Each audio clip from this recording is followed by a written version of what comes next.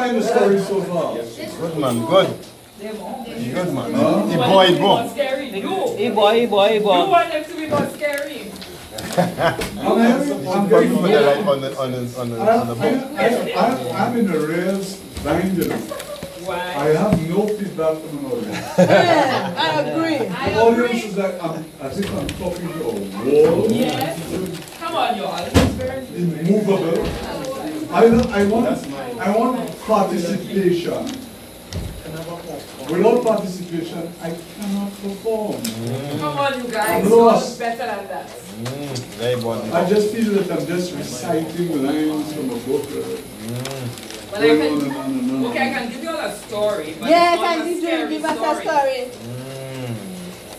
Not a scary story. I died. You're in the wrong place. Lord. Oh.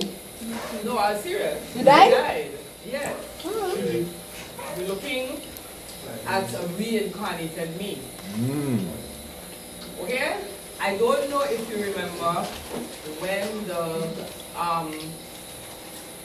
you might have been. They wouldn't be. They weren't born. When the Nobody there was born. The San Louis Community College. How many years ago is that? Oh, God. 1972. 1972. Thank you. The floor came down. You know what? You know, 97 how many years ago that Oh, is? let's not talk None about of them that. were born. Nobody. None of y'all were born yet. Sorry. We were at a show. Quick show. Go like quick Show. show. I'll never forget that as long as I live. I was kind of in the middle of the floor, just behind Martin Thomas. The floor, let me tell you, when we got in there, once you sat, you could not move. Because they had just filled, because the number of people who wanted to come to that show, there was not enough room and they had overfilled the auditorium. And I'll never forget there was a fashion design at the time called the Granny Look. And the Granny Look had just come out. It was where you actually dressed looking like a granny with hats and everything. And this girl, Flora Knowles, she was Flora Nuptial at the time, came out. And this is what she says. She says, I came out and people jumped up in the air and screamed. I paused with my back to the audience, and when I turned to the front, there was no audience. As people jumped up and screamed when they came back to the floor. Okay? I almost stuck in that. Oh, I'm stuck in that. 1 year I was in the hospital. 1 year to date, I seem to have developed meningitis. It started where I went to we used to have a lot of school picnics. I went to the school picnic. I remember coming home, my head was hurting so badly. I had never felt a headache like that. And apparently, the next time I got up was a few weeks later in hospital in Jamaica. Okay? This is what I remember.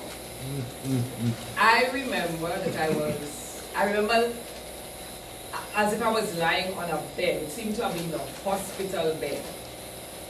And I remember lying there with my eyes, when I wasn't conscious, and I started to drift. It was very black, and I started to drift. And I was like floating.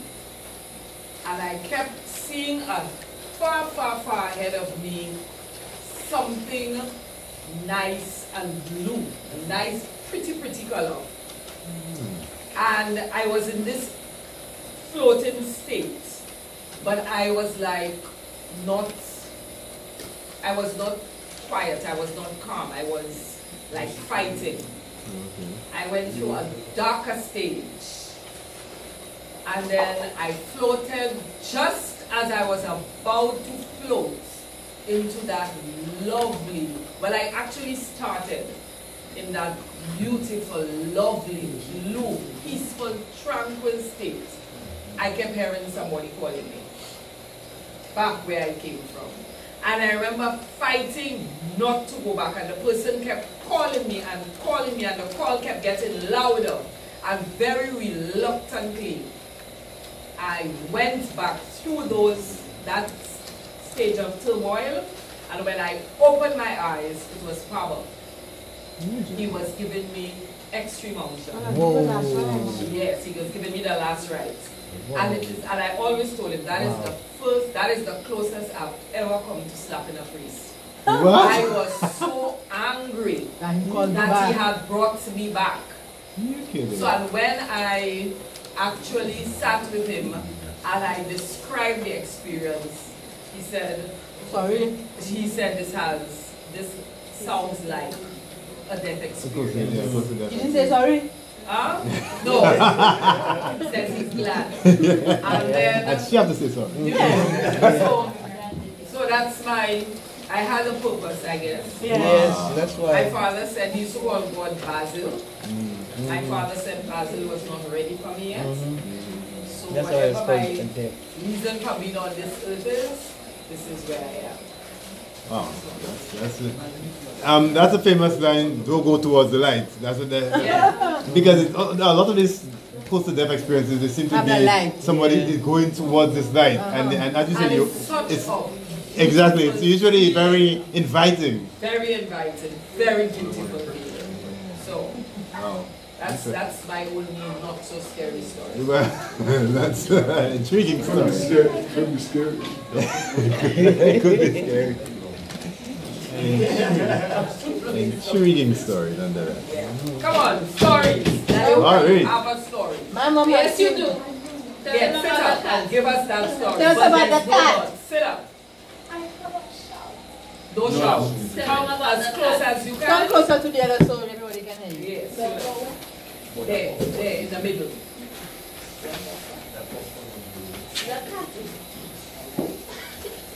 Let's go. Okay. I don't remember it properly, it's not my story, but it's the first thing that came to mind. My mother was small. She don't told me the story. I can't tell you better than her, so I'm sorry. When my mother was smaller, they used to carry a lot of water from long distances. And after they'd done that, they had to reach before it was 6 because Monica, my grandmother, used to beat them a lot if they got home past 6. So, you know, nice night, everything's nice, the breezes is coming in where they live because they lived on a hill. And then on that hill there was there was a valley. That's where they used to go down to play. And every time they finished carrying water, she would allow them to play for like 5 minutes till they had to go out their home and go back inside, wash their feet, and then go to bed. So, you know, one night, coming from catching water, she begged her, a friend came to Malpali, another friend, so, you know, she let them go outside. That was respect. So they went outside and they were playing. It was late. It was later than usual. So they didn't question it because I mean children, they like to play. So yeah. So, you know, stuff was, you know, lit. They were playing and stuff. And then all of a sudden they look on the hill next to the hill where the house is and they see a fire. And it was getting bigger and bigger. And the noise, some noise was coming from the fire. I forgot what she called it. Does anybody knows what they call that? I don't know if that's what they call it, but it was there. And then they were shouting something. They were shouting something and it would get smaller and smaller every time they shouted. Yeah? That's what they saw. Yeah. I think so. Yeah. And yeah, so that night she went to bed after that whole incident. And then when she was facing, her back facing the window. And then she turned, because she was restless, to face the window. And then she saw the fire just outside the window and then she got up. Yeah, that was it. Say the right thing so that we are following. So it feels like a fire. Yeah. Yes. Anybody else? Now that you're getting loosened. I like the popcorn. Buy more popcorn. What about you? You're a wonderful entertainer, so. You took out, so you would know nothing scary. Are you sure about that? Show us your medal. Come on, tell us a scary story. You all must have scary stories. That's okay. It could be 30 seconds. I want to know. 10 seconds. I'll be, okay. 10 seconds? Yes. You take it. Hello, Amen. Alright. Well, it was there when my mom sent my brother and I to shop. So it was probably like around, probably 9 o'clock now. The shop normally closes at 9 o'clock. But for some reason, you know, the shop owners are drinkers, so sometimes we have people outside drinking and stuff. So, you know, we heard them and we went by, whatever, he asked us. And we used to pass, so I live in Edgewater. By the Edgewater school, there's a U. Now, we used to like passing by the U because, you know, our friends used to live there, so we used to pass by. But then, when we were coming back, one of our friends' house, downstairs there was this old worn-out couch, a one-seat couch. And my brother turned and he said, "Good night." Now, I didn't see anything there. He said, "Good night," and I turned. I'm like, "Same. What did you say? Good night to me?" And he turned back. He said, "There was an old woman there." And then he's like, "Run." Hey, what do you run me back to run? And then we ran all the way back home to tell my mom that we saw this old lady, and she said it was a spirit. But you know, one night I said good night to myself. Yeah, I was going to dinner. I was in one of those hotels. They have these large mirrors, you know. But being dinner time, the lights are dim. So I couldn't see the outline of the mirror. So I just came down the steps. And I'm turning like left to go into the dining room. She says, "Hello." That guy looks like me.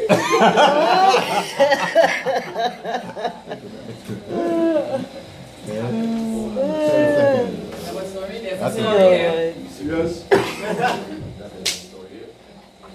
I live at Foaso. I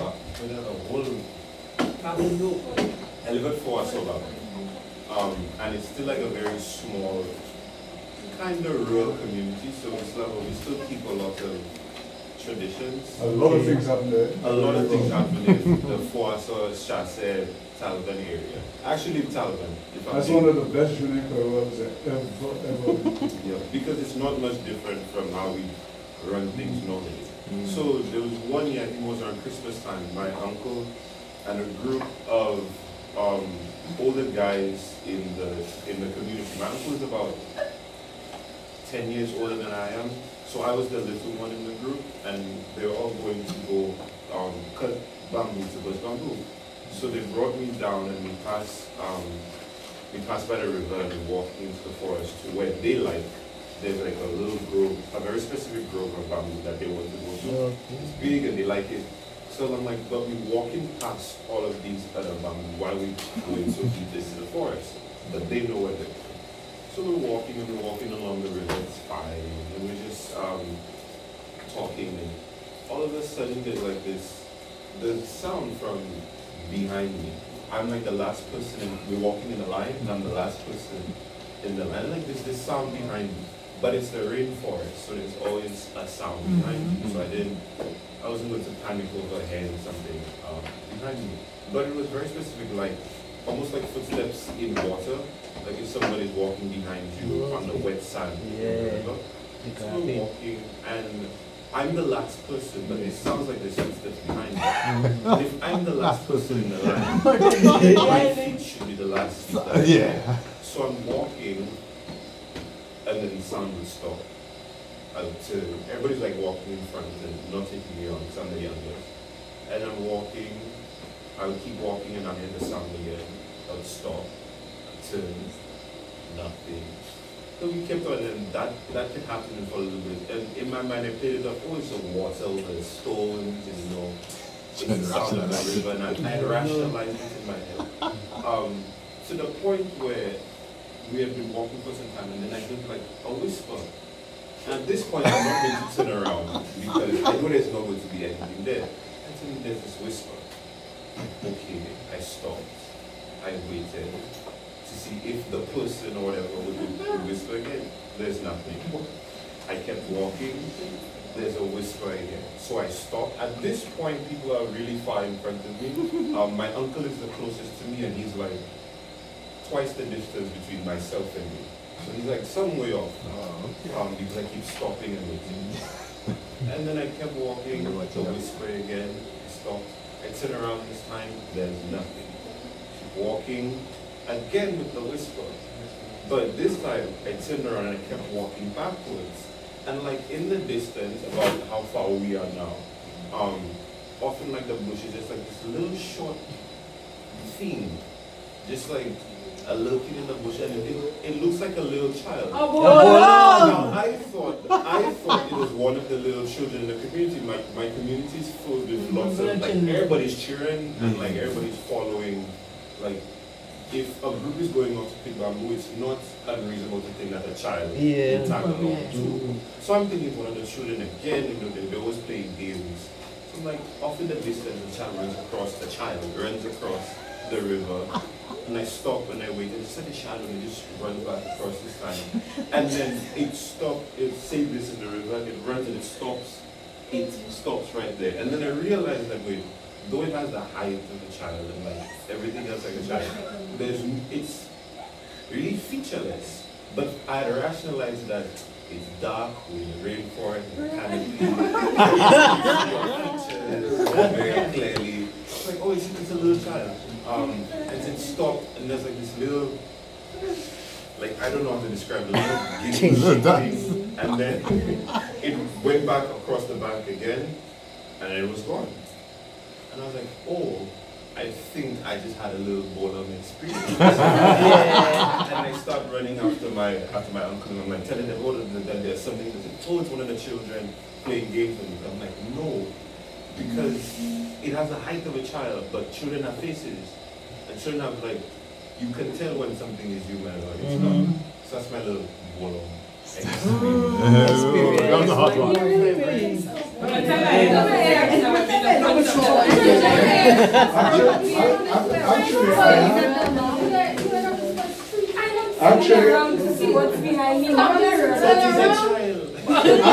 Actually, I have one experience that actually happened to me.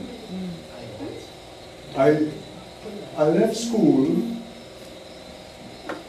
at first in Form 5 when my mother was sick, so I did not go back to sixth form. And I was not working, but I was playing a kind of semi-professional cricket. For St. Lucia CC, they used to pay me 25 cents for every wicket I took and 10 cents for every run. So I was living semi-professional. And I had enough money to go to cinema. So those days you had two cinemas, Clark's and Davies. So they were playing the horror of Dracula. And for some unknown reason, Clark's decided that they were going to have a showing at midnight, of the horror of Dracula. So we, a gang of us, about 7 of us young boys from Marshall, decides that we are going to see the horror of Dracula at midnight. So we went. Horrible movie of all the vampires and biting and dead and undead. And this thing seeps through our minds. But we are adolescents, we are late adolescents, and I think I must have been 15, 16. No, I wasn't 17 yet. Maybe 15, 16. I left the cinema with the boys, walking up the road. Those days the police wore black with a cape at nights, you know? And we turned the road, the back of I, going into Marshall. there is a little moon coming down from Mondidon, the hills behind, and there is this cop walking down, and all I saw was this. Horror of Dracula. I don't know where it came from, where the energy. I started to run from the Marshall Bridge past the Freeness, ran up the road. I don't remember whether the rest of the took a left by Brantford's rum shop, up Mount Arundel, into my mother's house, and stretched out on the bed like a dead. Couldn't sleep all night, and when the sun rose the next morning, I was the happiest man in the world because I know Dracula could not rise. This actually happened. I live at the mall, and the mall is notorious for these stories. And there's a group of houses across the street from my mother's house, and something used to come after the neighbor's pig. She has to have the pig under the house at night, and this battle would be going on underneath the house. Nobody dares to look out to see what is interfering with the pig. And finally one day, the lady couldn't take it anymore. When she came from the garden, she didn't wash the fork. She left all the dirt on the fork. And when this thing came after the pig that night, she opened the window and she rammed the fork into whatever it was that was coming after the pig. When daylight came, the blood trail led from Mont Fortune, and I live by where the bakery is, for those that know where the Mont Fortune, and they followed the blood trail all the way to Dennery. Whoa. Yes, whatever it was came from Dennery, and to the house, and the person was dead in the house because the fork, she had spiked them with the fork of the fork. I'll give you another one. This one is really my father. My father used to plant a yam, which they call in Creole yamatutan, which means it grows any time of the year. But he could never reap the yam because people used to steal the yam. Now he planted the yam in the bottom of his land close to the river, where there was a big tuft of bamboo, large. And my father decided, look, I'm going to put an end to those thieves coming in that bamboo. So he bought a transistor radio, put it on Radio Guardian, and took the same cellophane that he wrapped his bananas in, wrapped the transistor radio, and put the transistor radio on in the bamboo. Now there's something I should tell you. Radio Guardian, you couldn't hear it very well during the day. But night time. But soon as night came, it was the loudest station you can find. Nobody stole any yams again. Until one day my father came and he met a fellow kneeling down, praying, with a cutlass in his hand. And when my father came up to him, he says, Mr. Dixon, I asking you pardon me. Those two spirits you put there, I don't know what to do because I'm afraid to go anywhere. I was just this really happened. One saw my father had two spirits in the bamboo, that there's no way he can get up and go to his home because he don't want the spirits to go.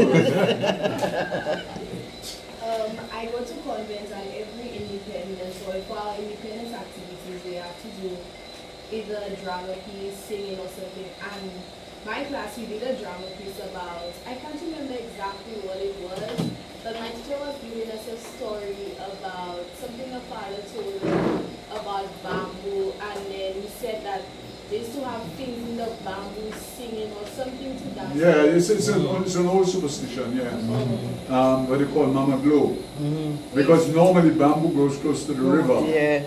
And a Mama Glow in English would be a water sprite, which is very close to a mermaid. Yeah. It's a spirit that lives in the water, the river water. Well, out of that also comes the La Jablesse and so on. But they're famous for their singing. And I think that's what my father did. He played on the guys, their superstition. Yeah. But actually caught the guy who used to steal his thing, because The guy obviously heard it louder that night, and he said there's no way he's touching the man's now, and he couldn't leave.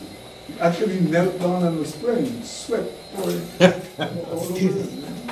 But I have a story. It's not my story, but it's a story of the my class neighbor. Mm. She lives in Monaco, and it was right after her mom. That's another famous place again.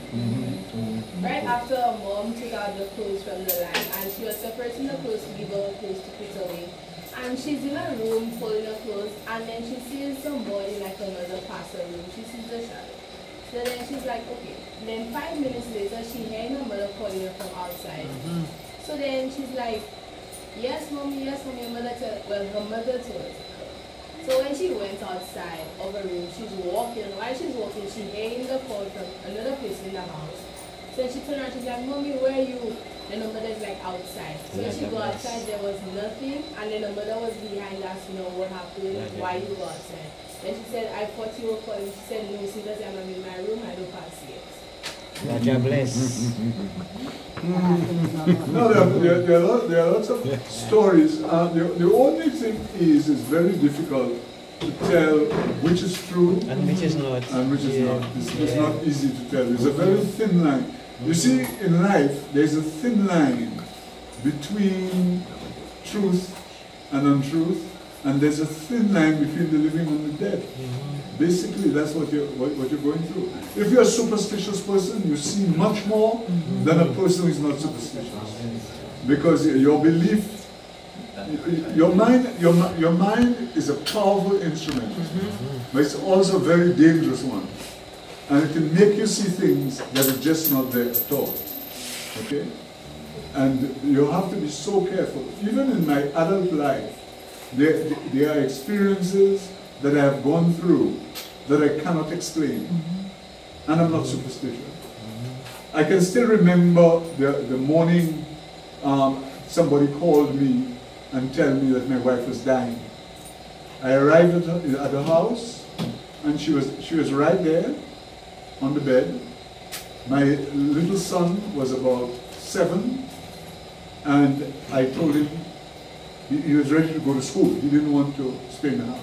So I told him, okay. I looked at her, she didn't look near death at all to me. And I looked at her and I told him, okay, I'll take him to school. If anything, I'll come back. So I'd already left food. So I took him and I told him, tell your mommy bye-bye, because when you come back, you may not see her. As soon as he bent forward to kiss her, "Go and brush your teeth." You would never believe that that was somebody that was dying. She took one rap in his skin. Go and brush your teeth. So yeah, she was dead by 6 o'clock that day. Wow. In the night. Yeah. She was actually going, but she had that strong sense of living that she couldn't see him going to school with his mouth spread. Now I'm a man, I didn't smell. She took the smell. You know, although by 6 o'clock she was gone. She died. She was in agony, I think, from about 6 o'clock in the morning. I left, I did not observe anything. I came back, I didn't observe anything. But I began to observe when I realized that around 3 o'clock in the afternoon, her feet were getting cold, and her fingertips, her hand was cold. And she gradually died up to her neck. She actually passed away when her neck got cold. You know? So these are experiences that we go through. We write about them in fiction, you know, but these are real things that I can't explain. Why should somebody die from the bottom of their feet up? You know, can I explain that? I've never seen that in a biology book. I've never seen that in a health science book. You know, what's this all about? You know, and then there are other things. There was a case of a guy who used to bake. The story went that he used to use dead people water. He used to pass around, to make bread and he used to pass around by wicks. And every time you bathe a dead, he collected the water to knead his dough so that his bread could sell. And one day somebody ate the bread and they had an upset stomach. And they said they will fix it. So they went where they went, brought What it, they did. what they did, Got what they and got. brought it to the shop and left it there. The night, the guy bathed his bread, gave him the water, put it in the oven. Oven is lighted, the oven is heated, but the bread is white. It refused to bake, refused to rise. Nobody can explain what is happening. The man said that he could not get one bread to bake in the oven. Who can explain that? Exactly. The oven is hot, right? And eventually, he had to close the bakery and go to England because he couldn't make money. He just couldn't make bread again. Just couldn't do that.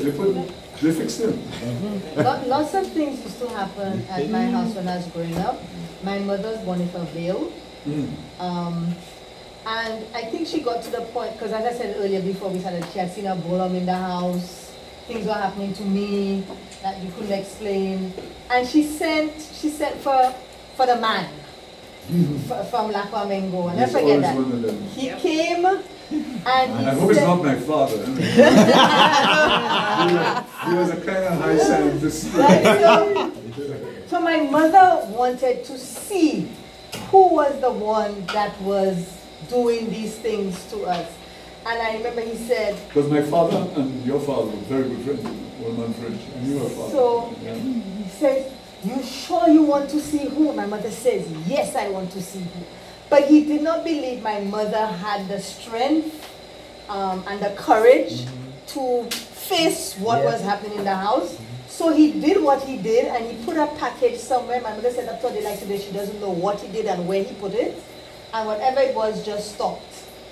But she never got to see who was the one that was doing the stuff in the house. Well, in Mipo town, there's a story that goes like this, that there was an old woman tying up children in young women's bellies, and they couldn't give birth until the child died inside the woman.